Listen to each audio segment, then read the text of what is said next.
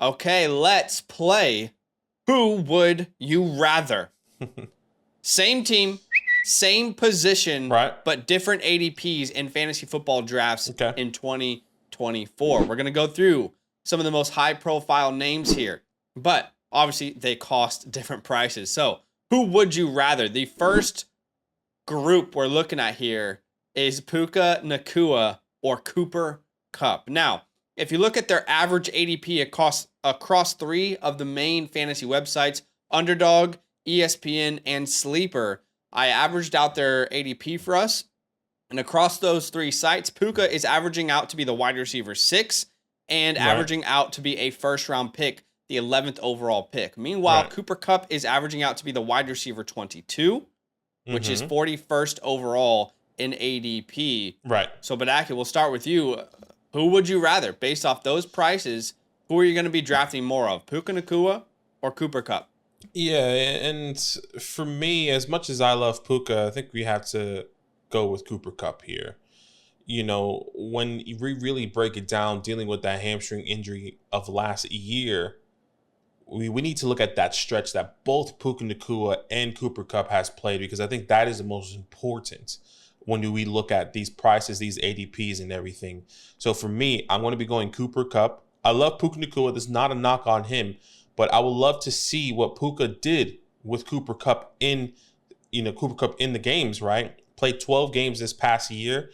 And you can see Puka Nacua, when Cooper Kupp was out, 21.9 fantasy points per game in those 5 games when Cooper Kupp was not in the game. And then when Cooper Kupp was in the game, 15.7 points per game while Cooper Kupp was in. When you really break it down and look at what these guys were averaging, receptions, targets, yards, and even fantasy points, which I did bring and broke that down for you, look at the difference. Very, very minute. 1 reception apart, 1 target apart, couple yards apart. Fantasy points, 2 points. 15.7 fantasy points for Puka Nacua, 13.7 fantasy points for Cooper Kupp in the span from weeks 15 to 17.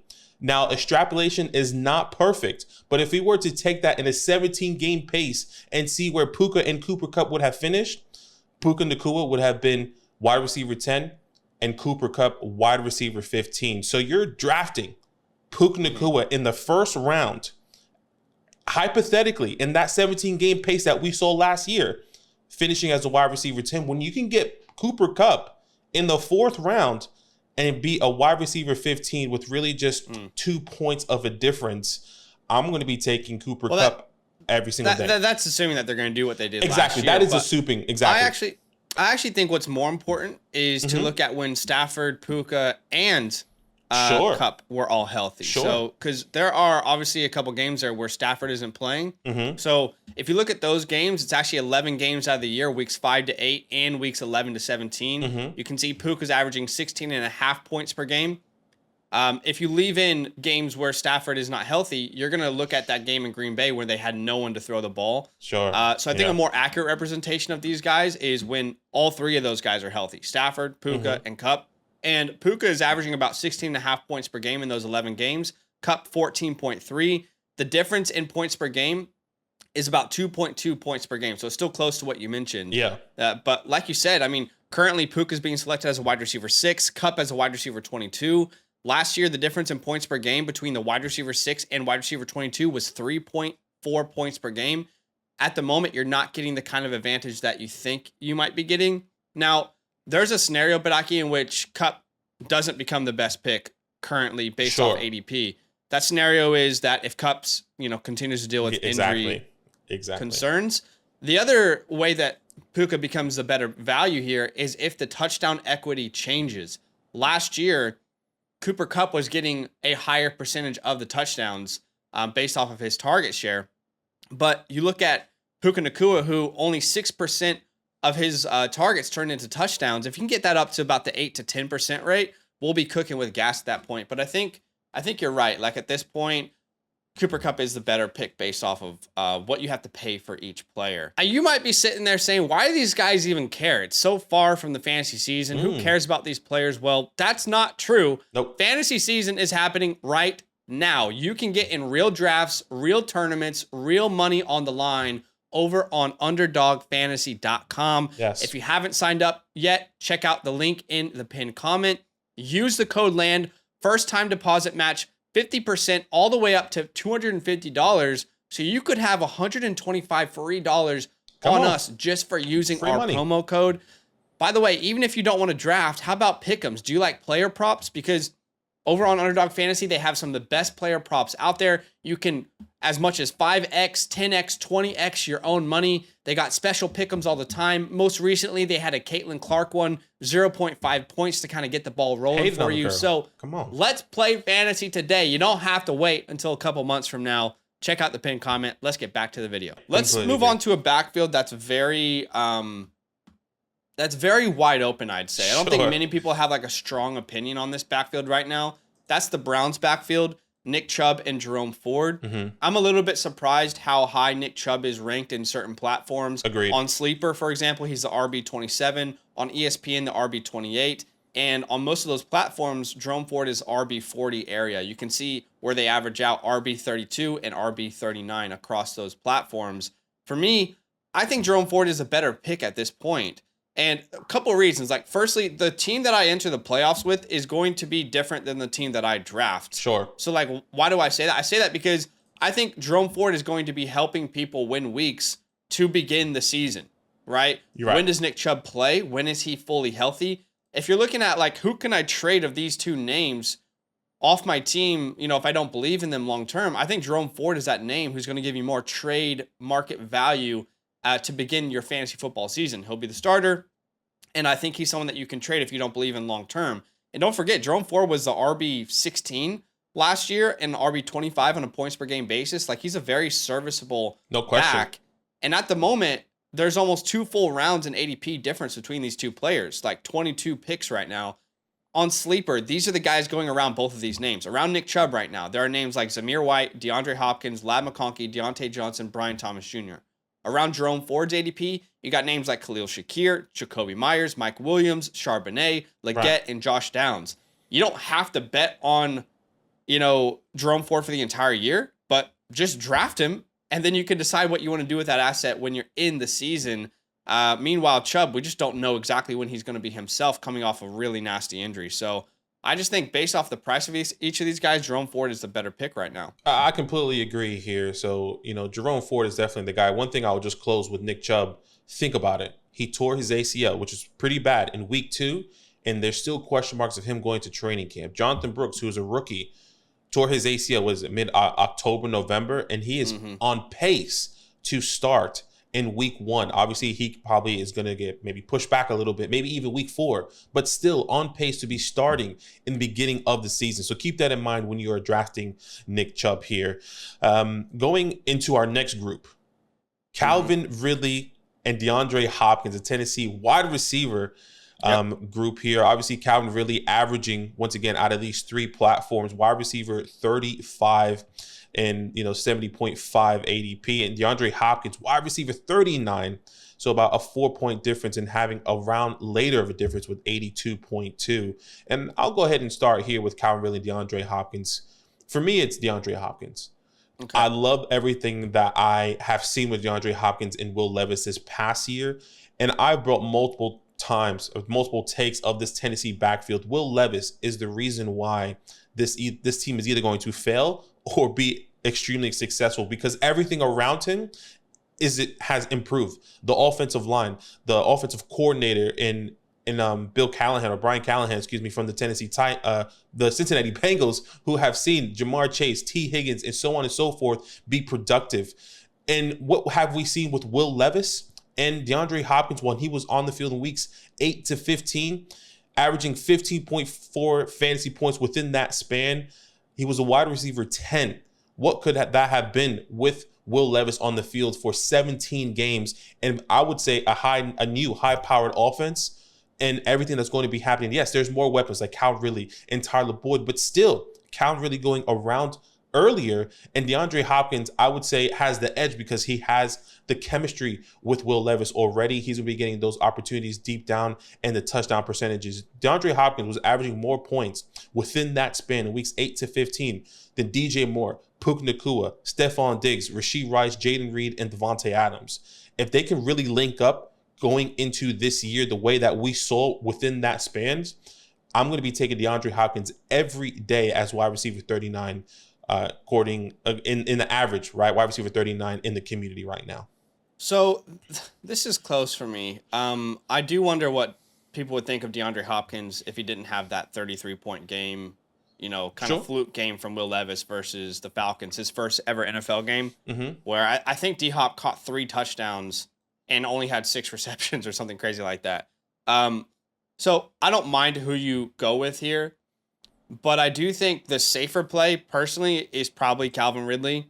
Last year, DeAndre Hopkins commanded 29% of the target share in Tennessee, whereas we saw Calvin Ridley averaging 23% of the target share in Jacksonville. But the difference is Calvin Ridley wasn't given to this coaching staff. They decided we're going to pay him that much money, even though we already have a guy like DeAndre Hopkins. And I get it. The rest of their wide receiver room was very weak. But I just think that they have a lot of plans for a guy like Calvin Ridley. And a lot of people's concerns for Calvin Ridley last year was he's been off of football for so long. He's going to be rusty. And those people were right. Now he's going second year in a row playing football. I think a lot of those out of character moments that he had will be corrected. So I think he'll be more like the Calvin Ridley that we are used to seeing. Now, like you mentioned, both of these guys are relying on Will Levis. So there's a chance both of them aren't good based off their current price point. But I think considering how old DeAndre Hopkins is, and I still think he's a very good player, but I think of those two names, he's the most likely guy to break down with an injury. And it's not like, there's 12 spots difference in their rankings. They're very, very close. And in most drafts you and I have seen, they go in the same round. So sure. I think if I had to choose one of these names, Calvin Ridley, because I'm not choosing Calvin and then the board comes back around my way and D-Hop is still available. So I'll go Calvin Ridley there, but it's very, very close. Najee Harris, Jaylen Warren. This is going to be a widely debated backfield for the entire offseason. No question. And there's going to be a lot of opinions on both sides. At the moment, Harris is RB23 when you average out those 3 platforms, and Jaylen Warren is RB28. They're currently going about 8 picks apart from each other. So similar to Calvin Ridley and DeAndre Hopkins, they're probably going around the same round. For me, I feel like Jaylen Warren is the better pick, not just because he's a cheaper player. Obviously, that has a part to play in it, but it goes beyond just his price. If anyone out there is like, well, Najee's the RB1, it makes sense, let's grab Najee, that just doesn't compute with me personally. First thing is, Arthur Smith is the king of frustratingly rotating backs like a rotisserie chicken. It doesn't end. He's always rotating backs into his backfield. Last year, Bijan had 41% of the team's rushing attempts. Meanwhile, he gave Tyler Algier 36%. So he only gave 5% more of the rushing market share to Bijan Robinson, even though he drafted that guy top 10 in the NFL draft. By the way, out of 32 teams in the NFL, the Falcons were third lowest in the NFL when it comes to rushing share given to their RB1. Only the Browns and Ravens had a lower percentage of the rushing market to their RB1, and both of those teams lost their RB1 anyway, and J.K. Dobbins and Nick Chubb. So, my point is, I don't know that we can really sit here and say that Najee is going to get the higher percentage of carries. He probably does because he's the bigger back. Sure. But what do you do with those carries? Because on a per-touch basis, Jaylen Warren was way better in pretty much every category. Yards per attempt, he smoked Najee. PFF run grade, smoked him. Yards after contact per attempt, missed tackles forced. Actually, Warren had 3 more missed tackles forced than Najee Harris on 110 less rushing attempts. He had a higher breakaway percentage. He was a more elusive player. So you got a coach who splits a backfield and a guy in Jaylen Warren who's just been a better football player over the last couple of years. So I think this will be very split down the middle. I'm going to lean Jalen Warren, though, if I have to choose one of these names. Yeah, and I completely agree with you. I think one of the things you did mention that always intrigues me when I look at these guys in a backfield like this is who's getting the passing opportunities. And obviously Najee has been that guy to get those opportunities. But Jalen Warren this past year and what Arthur Smith's history, I think we could potentially be seeing that go to Jalen Warren in favor. And we saw that last year while Warren was getting, nearly double the receptions, double the targets coming from last year. And then obviously having a very similar fantasy finish. So just giving that edge in a PPR standpoint from Jalen Warren and from everything else that you've already said, which I completely agree. I'm just going to be taking the chance on Warren. He is a little bit of a cheaper price. And he is somebody, once again, getting those PPR opportunities going into this year. So I'll take Warren in agreement. Yeah. All right. Last one on today's video. Mm-hmm. This team just drafted a rookie wide receiver, and a lot of people are excited about it because Stephon Diggs is no longer on this team. We've got Coleman, Curtis Samuel, and Khalil Shakir. A three-way. Shout out to the three-ways. Pause. Wait, is this a fantasy channel? So all very differently priced. Coleman's wide receiver 44 across all these platforms, which to me, I'll be honest, feels quite high. Then you got Curtis Samuel and Shakir, who are close in the mid to late 50s. For me, I'll be honest, I don't have like a very strong opinion of this wide receiver room. I think you're going to have a lot of players that you want to start, and they'll be inconsistent. I think you'll have weeks where Curtis Samuel scores 2 touchdowns, and you're like, oh, wow, I'm going to start that guy now. And then the next week, Shakir will get a touchdown, and Samuel will get 4 targets. And then the next week, Coleman will have 3 targets. He caught all 3 of them for 2 touchdowns. I don't see a lot of consistency in this wide receiver room. I think it's kind of an a la carte situation, come as you please, whereas Kincaid is probably the engine of this receiving room. But if I had to choose a name, it would probably be Curtis Samuel. This comes down to how you perceive Coleman as a prospect. Personally, I know Badaki and myself, we think and we thought when he was drafted that there's still a lot of growth as a route runner in order for him to be a consistent part of an offense. Not to say he's not going to make flash plays, not to say he's not going to catch some touchdowns, but in order for him to be a consistent player, I think there's a lot of growth in his game left to be done. Also, as a run blocker, people don't understand how important that is. You got to be able to run block. And if it's not important to your game, you're going to have to wait until it is important in your game in order to gain the trust of a coaching staff. But if you look at Curtis Samuel's history, I mean, we've got 4 out of his 6 seasons where he's averaging over 10 points per game. In 2021, he dealt with a groin injury. And that might not sound like sexy. Okay, 10 points per game, that's fine. But his quarterbacks in that span, Cam Newton, Kyle Allen, Teddy Bridgewater, Taylor Heineke, and Sam Howell.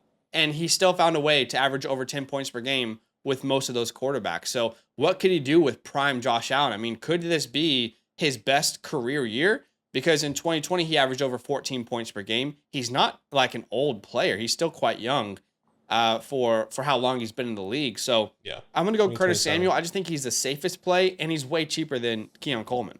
Yeah, and I think with the way that they brought him in, wanting to be this guy, because everything that you said is true. His best year in 2020 with Joe Brady was the offensive coordinator for the Carolina Panthers at the time. Now he's with the Buffalo Bills. I mean, in that span, he was averaging 14.1 fantasy points with the same quarterback room that you mentioned, the Teddy Bridgewater, the PJ Walkers, right? So if I'm going to be leaning somebody, it's Curtis Samuel. I will say this. If Curtis Samuel's off the board and then you were really trying to hope for him, I'm not straining about it and saying, dang, I wish I had Curtis Samuel, because Shakira is right around the corner. And I think what we saw in a little bit of glimpses in the second half of the season where Joe Brady does come in and then you see him spreading this ball around and not just 100% targeting Stephon Diggs in that second half. Remember, in the second half of the season, when Stephon Diggs was there, he wasn't a league winner for you. He was very underwhelming. And that was because Joe Brady was spreading the ball around to Shakira, Dalton Kincaid, James Cook. And that is exactly what's going to be happening here, where I agree. There's going to be 2 guys, I think not 2 guys, but 2 wide receiver two players in the wide receiver room specifically, where it's going to be Curtis Samuel or Shakir. I think Keon Coleman will take the step maybe in the second half of the season if that does actually happen. But yes, I would be taking Curtis Samuel every single day because of the history with Joe Brady. And like you said, once again, the best quarterback he has played with in Josh Allen. Yeah, that's a good nugget. In 2020, he played with Joe Brady, career high year. So I'm curious to see what he could do. I mean, he's always been a talented player. He's just never had a good quarterback and consistent targets. So maybe that opportunity shows itself. The biggest thing with Curtis Samuel, and I'll close with this, is that Curtis Samuel has always had a terrible quarterback carousel where what they loved about Curtis Samuel coming out of college was his separation. What did they just lose in Stephon Diggs is somebody that can separate, somebody that can demand targets. Now, Curtis Samuel is probably not going to demand targets, but Curtis Samuel, you can guarantee, is going to be open because of how great he can separate versus defenses, whether that's in the slot or using his speed on the outside, whatever the case may be. So, yeah, Curtis Samuel is definitely he's the guy versatile. here. You can play him all over the field, so it makes a lot of sense. Where do you have these three guys ranked at this moment? For me, I've got Coleman second to last at 60.